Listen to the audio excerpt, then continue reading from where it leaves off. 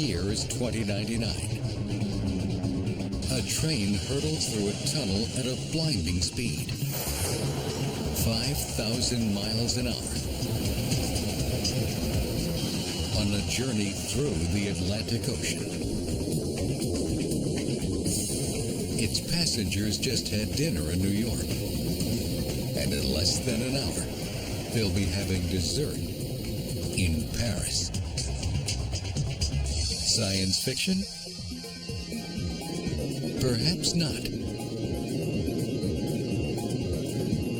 A transatlantic tunnel may be closer to reality than we think. But just how would such a staggering project ever be built?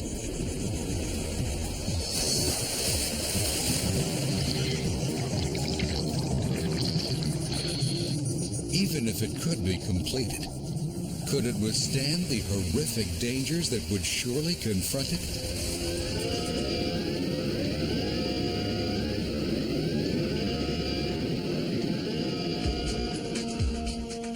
And if it is successful, could it provide the model for other tunnels that would one day link the people of the world across the 7 seas?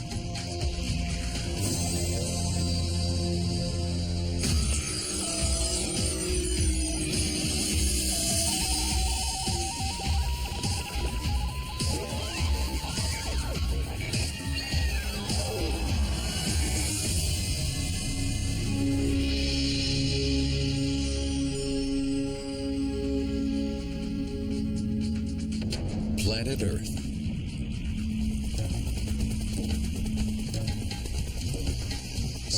% of the Earth's surface is water.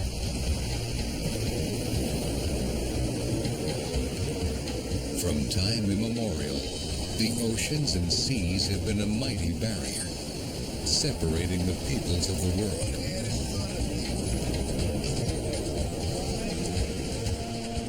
Over time, transoceanic travel has been mastered, but it is still not without difficulties.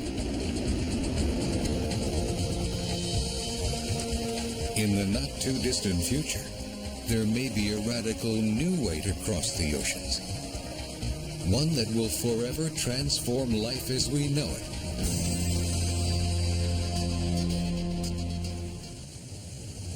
More than 3,000 miles of ocean separate the old world from the new.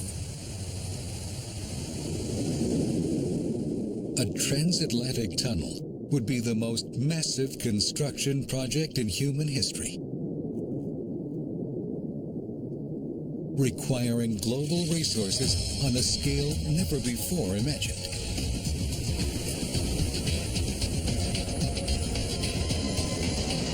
$1 billion tons of steel, the combined output of all the world's steel mills for an entire year. Over 50,000 tunnel sections, each weighing thousands of tons.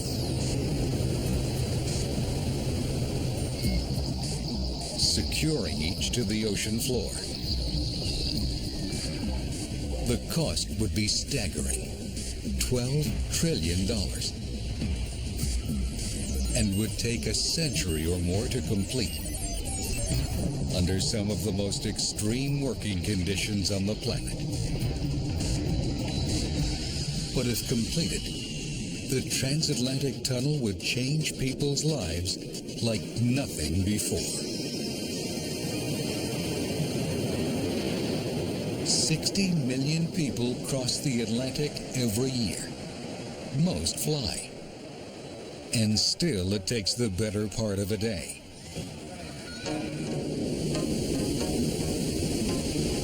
A transatlantic tunnel would shrink that trip to less than an hour.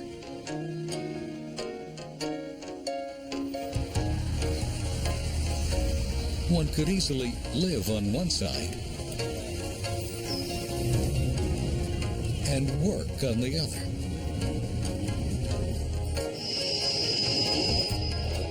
An impossible dream?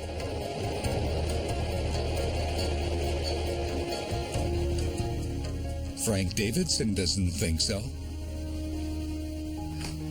Transatlantic tunnel is not beyond the reach of modern science and technology. It's a matter of getting used to new realities. And Davidson should know. His firm helped design the English Channel Tunnel, linking England and France. The tunnel was also considered an impossible idea. And yet today, 6 million passengers a year make the 3-hour trip between Paris and London. But at 31 miles long, the tunnel seems little more than a short hop compared to a 3,100-mile-long transatlantic tunnel.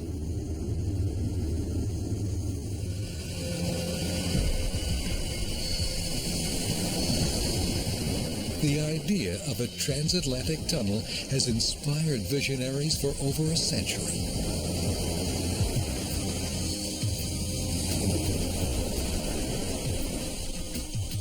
In 1895, Jules Verne predicted carriages traveling at 1,000 miles per hour, propelled through a tunnel by huge steam-driven fans at either end.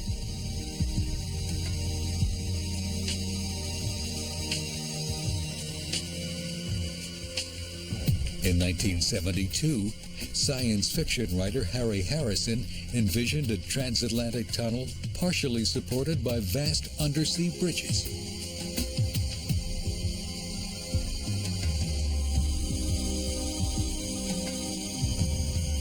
Lately, engineers from Switzerland, Japan, and the U.S. have proposed networks of underground tunnels to move freight below traffic-clogged cities.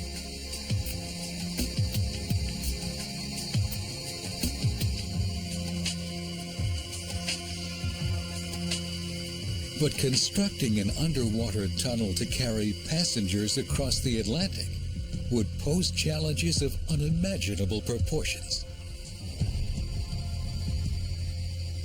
There are many factors that make it an extremely difficult, if not almost impossible project.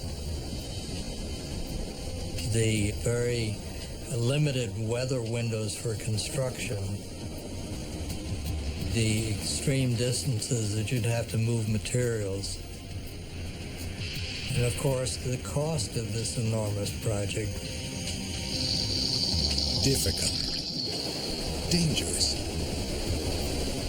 astronomically expensive,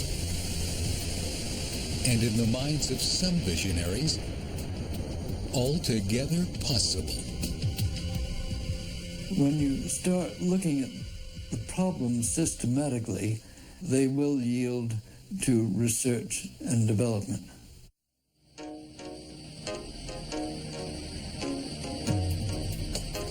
The first critical step would be mapping out the most practical route.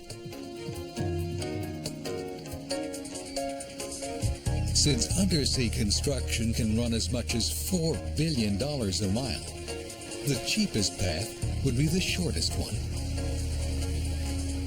An early proposal took the northern route. Beginning at the edge of Canada's Newfoundland coast, then dipping in and out of the ocean, over Greenland and Iceland, before splitting toward Scotland and Norway.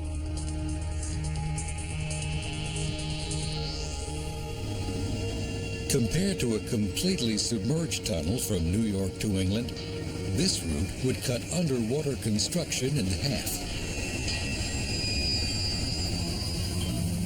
But the problem is the overland portion. The extreme weather conditions during Greenland winters are all but certain to slow traffic due to ice and high winds.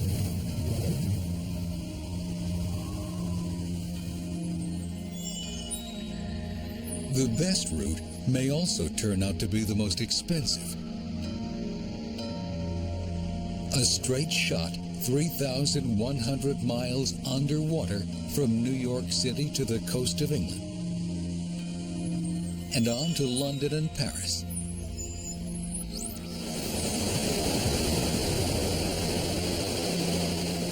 But could it really be built?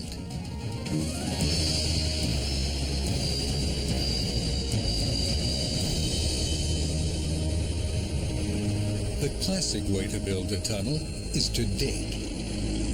That's how the channel was made. In 1987, workers on the French and English coasts launched two huge drilling machines aimed directly at one another, each boring a hole 25 feet in diameter, 150 feet below the channel floor.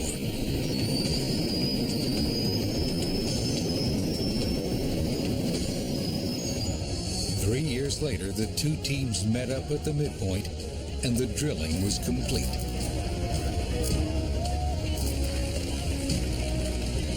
But could engineers drill a tunnel under the ocean floor, all the way across the Atlantic? Unlikely. The tunnel took 3 years. At that rate, a transatlantic tunnel would take more than 3 centuries.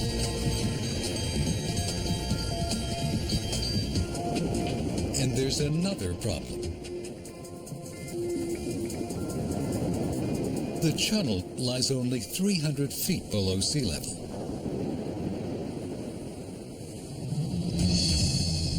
A transatlantic tunnel would in places sink almost 5 miles below the surface. The pressure at that depth, almost 500 times greater than at the surface, is simply not survivable. And it gets worse. The Mid-Atlantic Ridge, a volcanic undersea mountain range, would be directly in the tunnel's path. The area averages a remarkable 5 earthquakes every day. Drilling in such a seismically active area would be foolhardy at best, deadly at worst. So drilling under the Atlantic Ocean floor won't work. But what if the tunnel could be fabricated in smaller segments on land, then linked together along the ocean floor?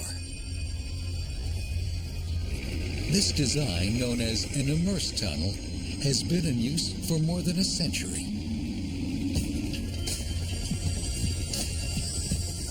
The world's longest immersed tunnel was built here, in the city of San Francisco, in the 1970s.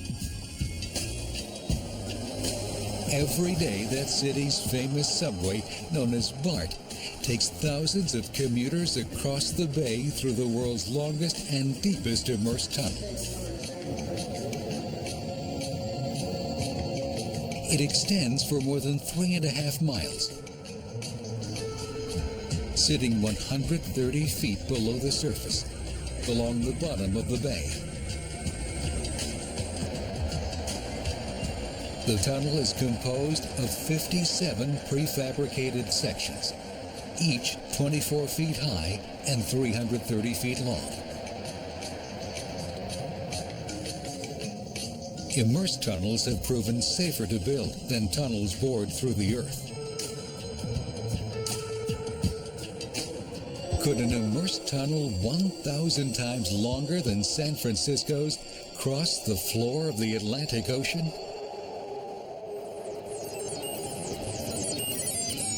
If so, construction might begin here in Holland, at one of the world's largest tunnel factories. With nearly half the country below sea level, the Dutch build more immersed tunnels per square mile than any other nation on Earth.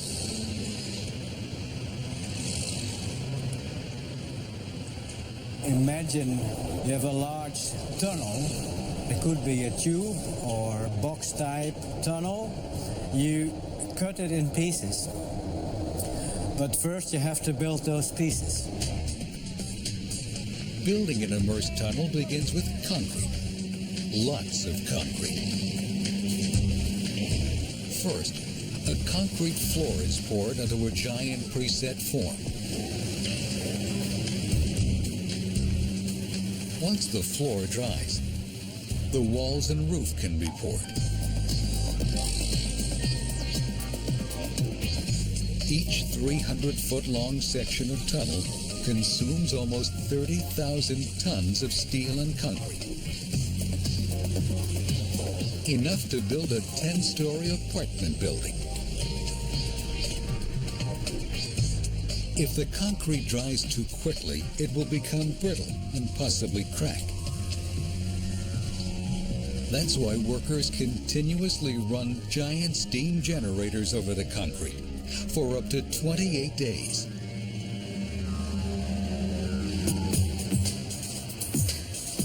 When finished, each tunnel section is about the length of a football field. A transatlantic tunnel would require 54,000 prefabricated sections, which would take 225 factories, each working around the clock, 20 years to produce. Of course, building the tunnel sections is only the first step. Then they have to be moved out to sea and pieced together like a huge Lego project. First, each section is sealed tight with steel bulkheads at each end. That makes the sections watertight, so they actually float.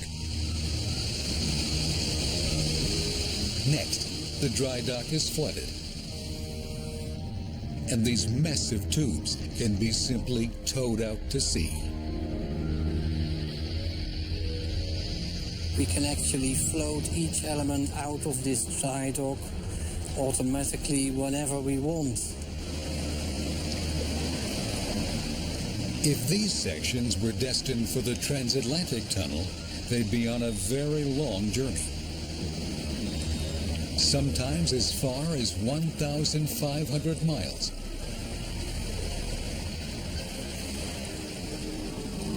This final stage of the process is by far the most difficult and dangerous. And the work must be performed far beneath the surface. Each section is carried to a point directly above its final underwater position by a specialized ship called an immersion pontoon.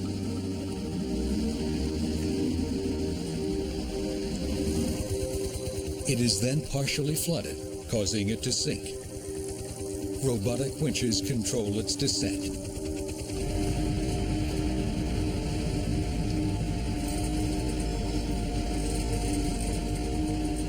A team of divers, working in near total darkness, relies on global positioning systems to maneuver tunnel sections to exactly the right spot. The work is very dangerous. If a diver found himself in the wrong place at the wrong time, his air hose could get pinched by a tunnel section and he could suffocate to death.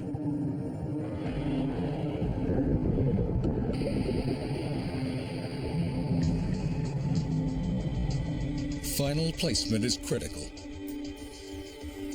Each joint must be lined up precisely on both ends. Huge rubber gaskets are used to form a perfect seal.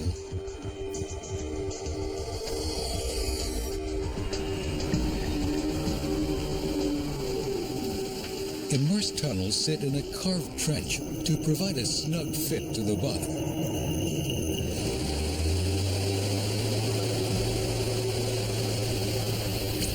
Once the sections are in place, the bulkhead seals are cut away and the watertight tunnel is complete. This process has been perfected for building underwater tunnels in rivers, bays, and other small bodies of water.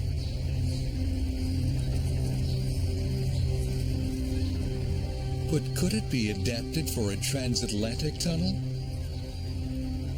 unlikely. The Atlantic is simply too deep. At just 1 mile down, water pressure is 165 times greater than at sea level. In the deepest ocean, 800 times greater. Nearly 12 million pounds of pressure per square inch. Ordinary tunnel sections would just be crushed to dust and that sort of pressure, which amounts to something like a 747 sitting on a square foot of the tunnel, on every square foot. There is, however, another kind of tunnel that doesn't lie on the ocean floor. It is an idea that is so new, it has never in fact been tried.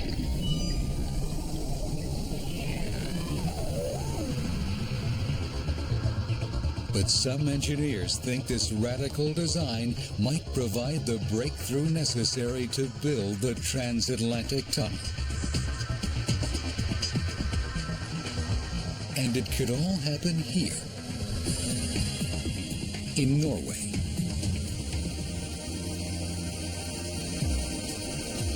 This area along the coast is one of the dozens of deep inlets carved by glaciers thousands of years ago.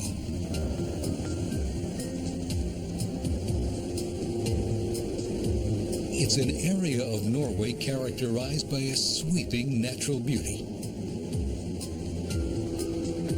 that more and more attracts a horde of tourists, causing constant traffic nightmares.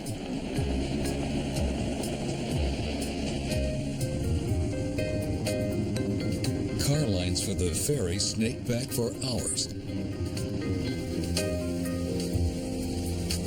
The only alternative is to have your own boat, or risk a treacherous drive around the mountains that can take hours. There are no easy solutions to the problem. The fjord is too deep for a standard immersed tunnel. And local leaders fear that a bridge would be an eyesore. It seemed an impossible situation. Until 1987, when a group of private engineers were ready to test a bold new theory. A tunnel that actually floated, submerged at about 100 feet below the surface. A submerged floating tunnel. The submerged floating tunnel and the immersed tunnel are very similar, but the immersed tunnel is resting in a trench on the bottom of the crossing. The submerged floating tunnel is suspended in water and has water all around it. The design is ingenious. Inside the tunnel, a carefully controlled balance of air and ballast enables it to float at a precise depth, in this case, 85 feet below the surface. The technique is already in use today all over the world, in submarines. Inside a sub, ballast tanks, sealed off from the living quarters, can be alternately filled with water or air, changing the sub's weight and its buoyancy.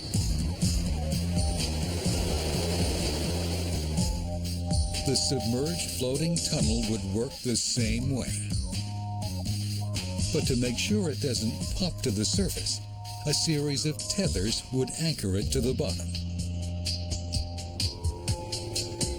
If built here in Norway, a submerged floating tunnel would solve the traffic problem while preserving the region's natural beauty.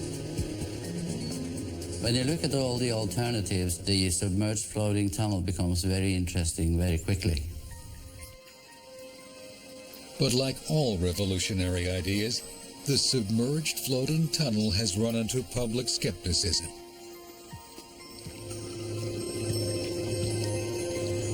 Nobody, not even here in Norway, wants to be the first to commission the new tunnel design.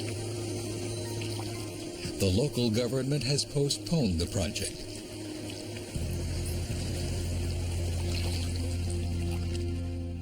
But the engineers remain optimistic. They're convinced the technology will prove itself once given the chance. And what about in the Atlantic?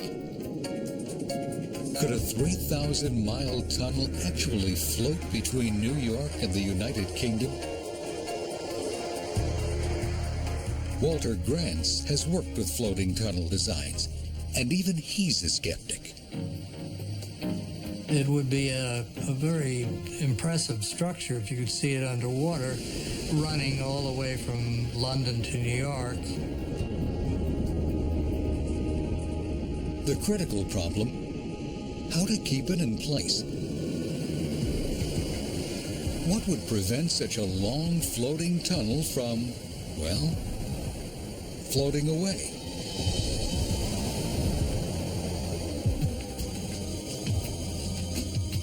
In some locations, it might be possible to build giant piers, like an underwater bridge. But not in the Atlantic. It would take thousands and thousands of towers, many of them miles high, hundreds of times higher than bridge piers anywhere.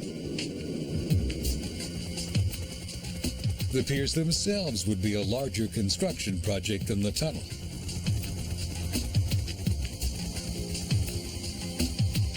Another option would be to support the tunnel from above.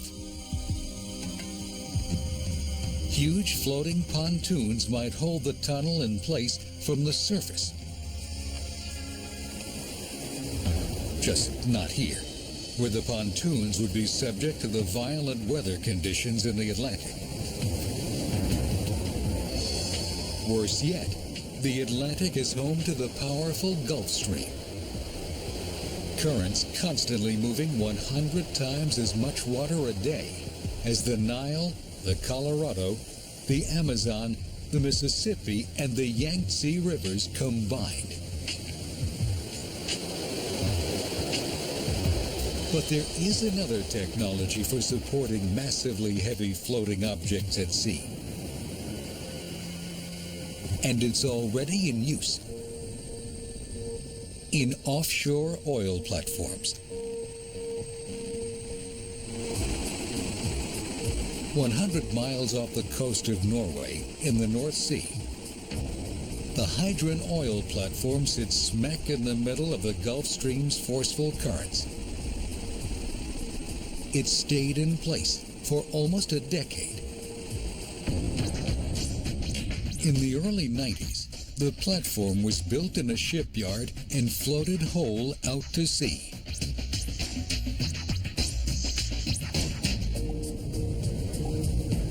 Earlier oil platforms had used solid concrete piers to keep them in place. Once finished, they couldn't be moved. So engineers decided to try a never-before-tested technique.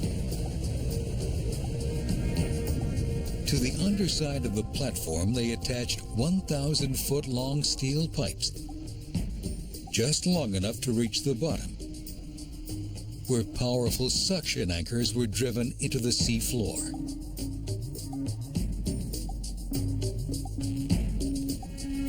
As the anchors were driven in, water was sucked out, creating a vacuum seal. The anchors had to be strong enough to hold the 360,000-ton platform in place. And the platform can still be easily moved to a new location, simply by pulling up the anchors. The system relies on the same scientific principle as a pendulum, only upside down.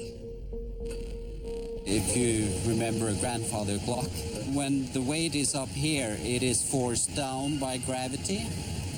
If you just reverse that and put a buoyant element on the top and anchor it to the sea bottom, When the waves then come, it is pressed a little bit down into the water and buoyancy presses it up. Since the hydrant platform proved that the technology worked, the technique has been adapted for other platforms, as well as for proposed floating tunnels. But could it be adapted to the Transatlantic tunnel?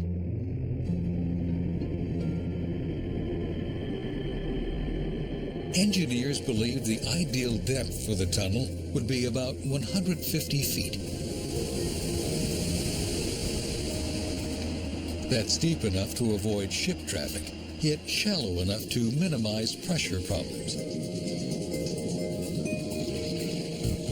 Steel cable tethers, like the kind used in suspension bridges, would hold the tunnel in place. But with one important difference. The cables on a suspension bridge keep the roadbed up. The cables on the tunnel would be holding it down. They'd provide not only the strength to hold the tunnel in place, but also the tiniest degree of give. The tunnel would need to sway just a bit to absorb the energy of underwater currents, the inevitable collision with a large sea animal.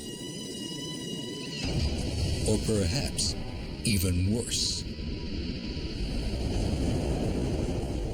So what is the most likely design for a transatlantic tunnel? Engineers now believe it would be built of 54,000 prefabricated individual sections. Each section would have an outer skin of stainless steel. Directly beneath the steel would be a layer of superbuoyant foam. Under the foam, another steel hull. And inside that, the tunnel's concrete interior.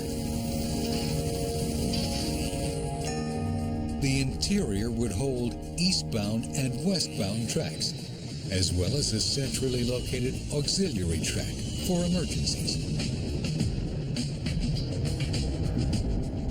Above and below the tracks, service tubes would provide power, communications, and access for repair. And since the Atlantic is seismically active, the entire tunnel, along with its 100,000 tethering cables, would be monitored continuously by a massive geopositioning system.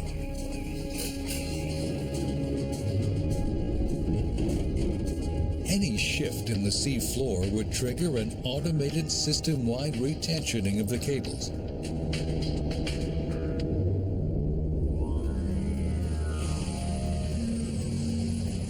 If ever built, the Transatlantic Tunnel would be the largest, most complex, most expensive construction project in history. It would take thousands of workers laboring for decades under some of the most extreme conditions anywhere on the planet, especially out at sea, where specialized teams would sink, attach, and tether the massive tunnel sections, all 54,000 of them.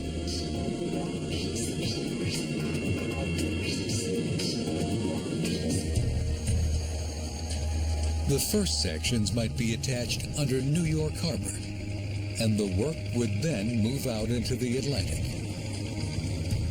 Workers would live on board floating platforms, which would keep moving out to sea.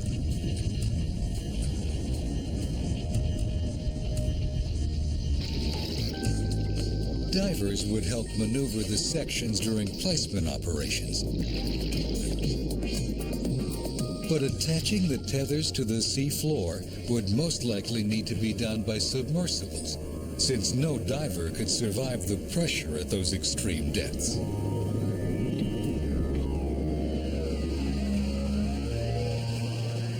Engineers estimate the tunnel would consume the entire output of every steel mill in the world, working 24 hours a day for more than 1 year. which of course raises one more staggering problem. The cost of the transatlantic tunnel would be in the trillions, perhaps the tens of trillions of dollars. In fact, the cost of the tunnel would be in excess of the gross national product of a large number of countries. You would need combined operation of government and private industry and public sympathy, thinking more optimistically about improving the terms of life on Earth. Even if it could be built, there's a larger question. Would it be worth the effort? Could such a vast undertaking ever justify its huge cost? The answers to those questions depend on one thing: speed. Unimaginable speed.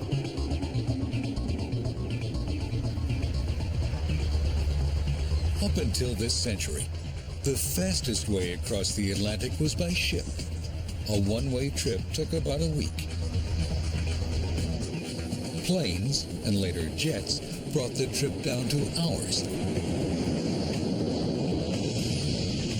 Today, the fastest way is the supersonic jet called the Concorde, which makes the trip in about 3 hours. But the Concorde is so expensive, only a few can afford to fly it.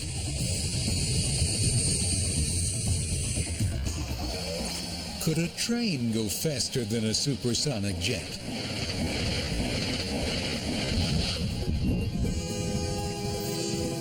One thing is certain.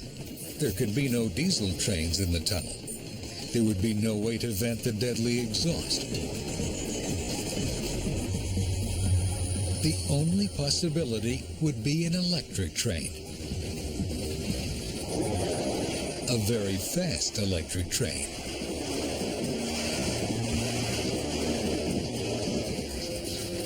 Today's fastest trains run between Tokyo and Hiroshima in Japan. They're known as the bullet trains. These sleek state-of-the-art trains will approach top speeds of 250 miles per hour.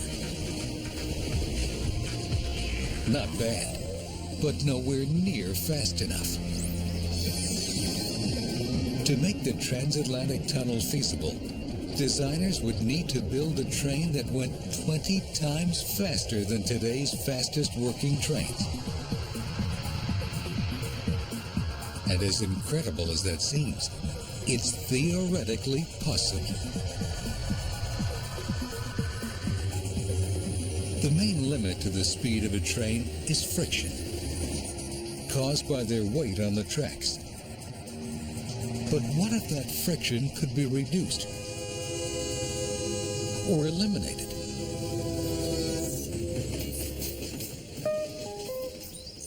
Here in Germany, engineers are testing an experimental train that all but eliminates track friction.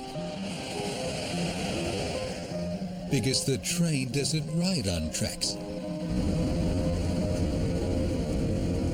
This train literally floats on a magnetic field.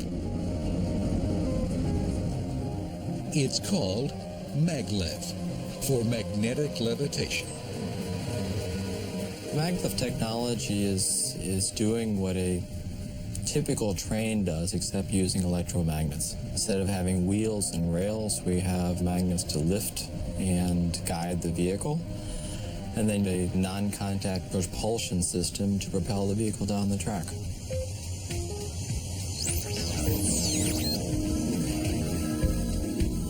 With a powerful enough magnet, literally anything on Earth will levitate.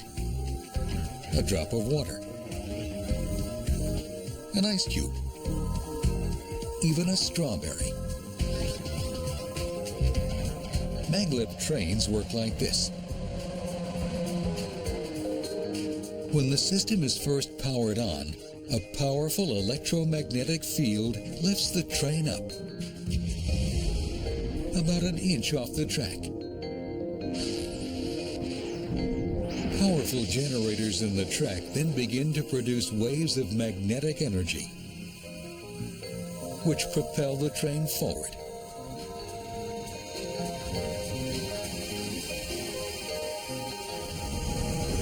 Because the train never makes physical contact with the guideway, there's no friction. And that makes the train very fast. The current model is designed to go as fast as 310 miles per hour, but the technology can potentially go much faster. In theory, there are no limits to how fast a maglev system can actually go. There are obviously practical limits. There are also economic limits. But the technology itself is capable of much higher speeds. Maglev technology holds the greatest promise for a transatlantic train system that might someday hurtle through an undersea tunnel at the speed of a rocket. But in order to reach 5,000 miles per hour, another problem would have to be solved. The primary force that limits the speed of all moving objects: air resistance.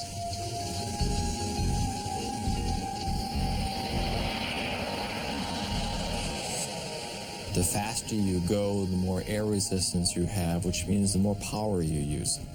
So if you can do away with that air resistance by putting the train in a vacuum, then obviously you could go at much higher speeds with the same amount of power that we're currently doing today for 200 miles an hour or 300 miles an hour.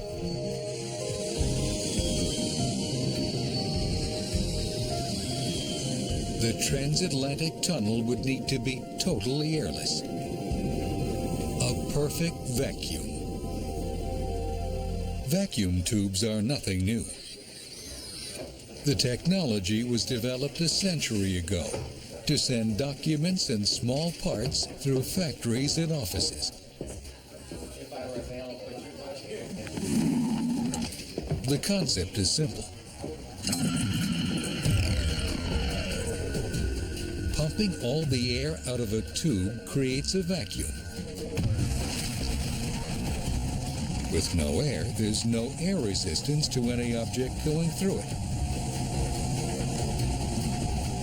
Give the object a shove and it goes into the equivalent of instant freefall. It's literally sucked through the tube.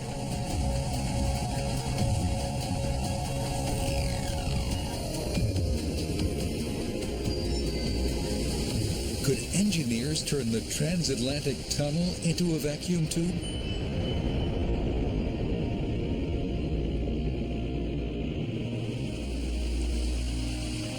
Engineers at MIT are experimenting with a working scale model to find out. A miniature maglev train is placed in a tube that represents the transatlantic tunnel. Smoke is added to show the presence of air. The train slides slowly.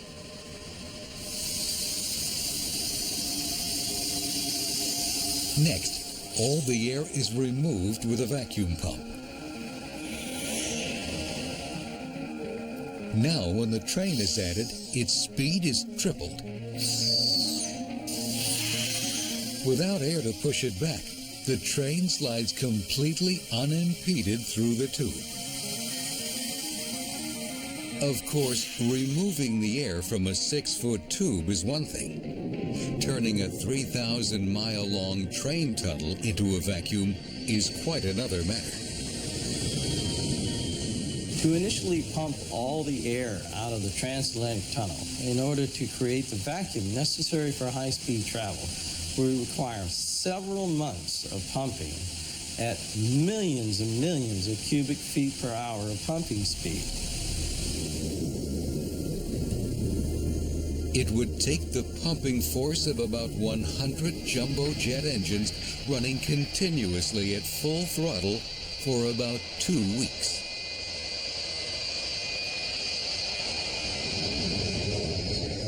But even assuming the magnetic power and vacuum technology all fall into line, engineers would face another potentially crippling problem.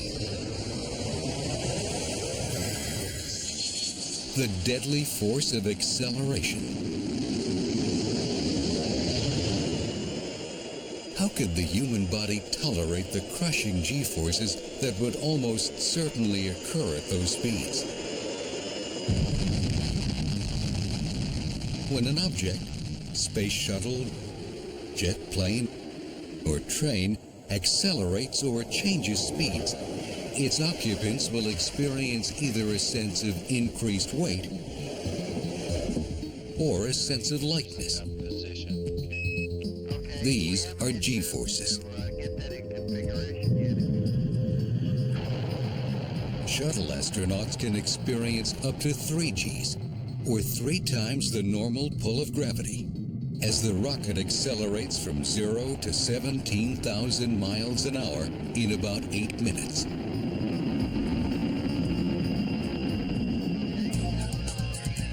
Of course, once they reach orbit, they feel no G-forces at all. Even though they're traveling at 17,000 miles an hour, they are not accelerating, so there are no G-forces. This fighter pilot is undergoing 9 Gs during a simulated dive, 4 Gs, making him feel like he weighs 1,500 pounds. burnout, 6 Gs, The blood stops flowing to his brain, and he momentarily blacks out. If the transatlantic tunnel train accelerated at the rate of a space shuttle, the G-forces would turn it into a tunnel of torture. If the passengers aboard a transatlantic train had to endure those kinds of forces, there'd be plenty of seats available.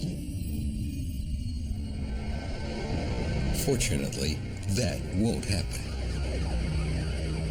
The key to comfort would be a controlled, gradual acceleration.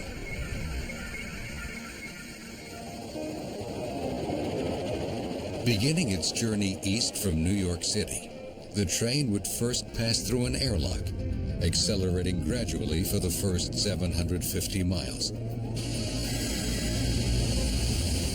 Taking a full 18 minutes to reach its top cruising speed of 5,000 miles an hour. Passengers would sit in pivoting, rotating seats, designed to further reduce the G-force effect. And since the train literally floats on a magnetic field, passengers would detect almost no shaking or jolting.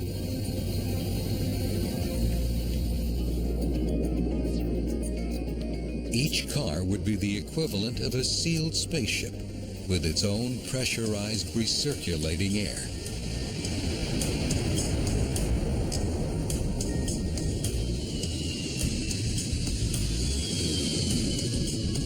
At top speed, the train would actually travel faster than a bullet fired from a gun, covering 1,600 miles in the next 18 minutes.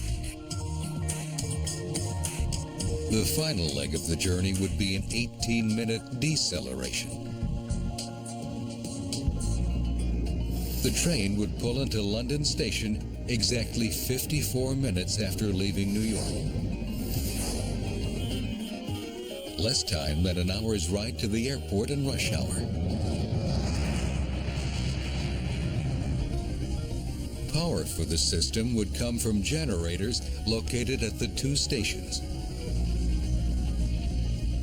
They would distribute power to substations located in the tunnel's service tube below the guideway.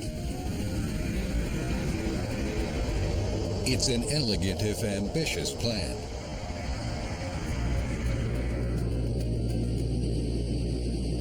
But what if something went wrong?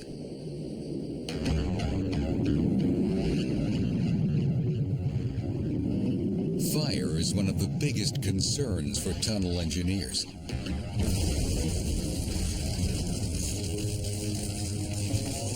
The smoke from a tunnel fire has nowhere to go,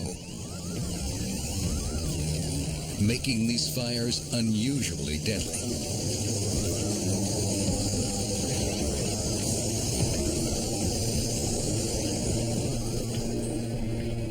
For this reason, massive fire suppression systems would be installed in every car.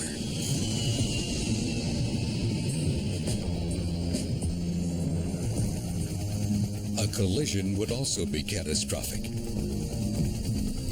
Because of the great distances involved, there would be no way to extract passengers or wreckage. And what if a tunnel train had to make a sudden emergency stop? Could a train behind it doing 5,000 miles an hour stop in time to avoid a devastating impact? To prevent disasters, the tunnel would need to be continuously watched, monitored by a network of sensors. The network would instantly register any failure, large or small, anywhere in the tunnel. Computers would immediately switch to disaster mode and execute automated procedures to minimize the damage.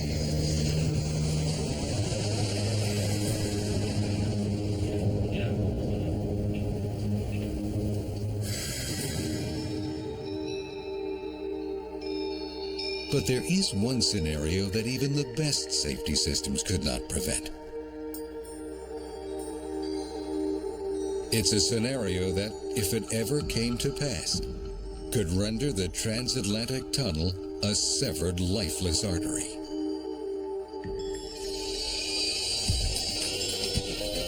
The year is 2099. On a busy Friday afternoon at the tunnel's New York terminal, the 5:30 train for London is just departing. 1,000 passengers on board are settling in for the short, smooth ride.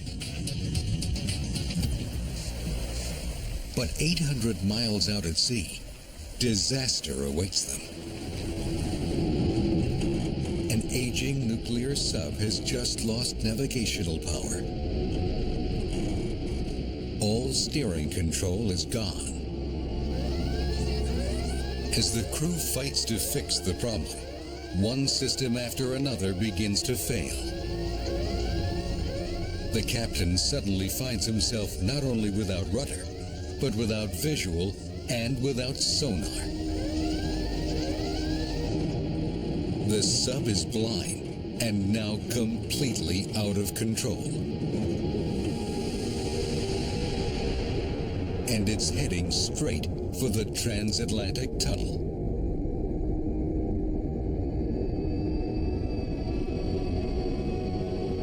The vessel weighs 50,000 tons, and it's armed with 16 nuclear warheads. A collision could be catastrophic. But as the sub comes within 2 miles of the tunnel, electronic motion detectors pick it up, triggering alarms at central control. Instantly, tethers closest to the vulnerable zone automatically slacken to allow the tunnel to sway upon impact. Too much sway is also a problem.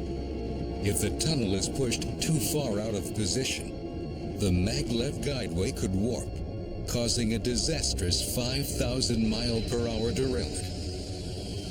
The train and its passengers would be instantly vaporized. Back on the sub, the crew finally restores emergency power. It's too late. Just 200 feet now from the tunnel, the captain throws the engines into full reverse, while the crew braces for impact.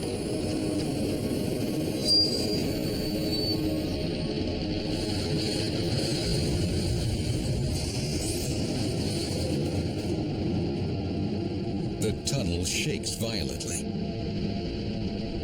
and it holds.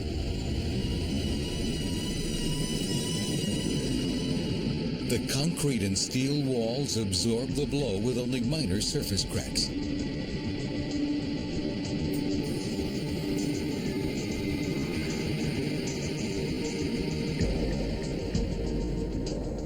Incredibly, the passengers inside don't even feel a bump. At 5,000 miles an hour, they'd be miles past the point of impact in less than a second. And in a few days, a crew of divers will be out here to repair the surface damage.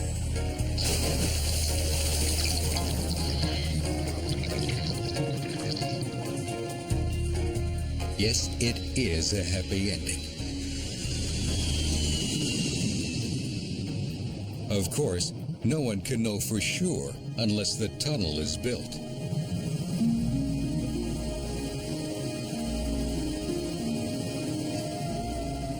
A transatlantic tunnel. Nothing on Earth would even begin to approach its massive scale. Everything from the Great Pyramids to the Great Wall of China would be dwarfed in comparison.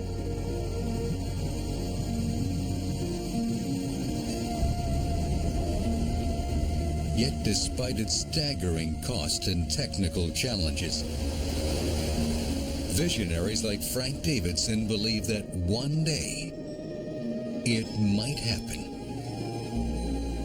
Although a very difficult problem, the project is not at all as hazardous as flying to the moon. If this tunnel were actually built, it would be one of the engineering wonders of the world, and as an engineer, I'd be very anxious to try it out.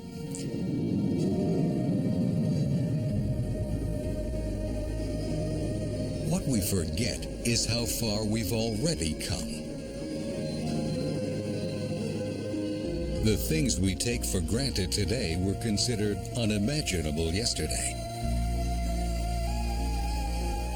It seems to be our collective destiny to turn today's impossibilities into tomorrow's realities.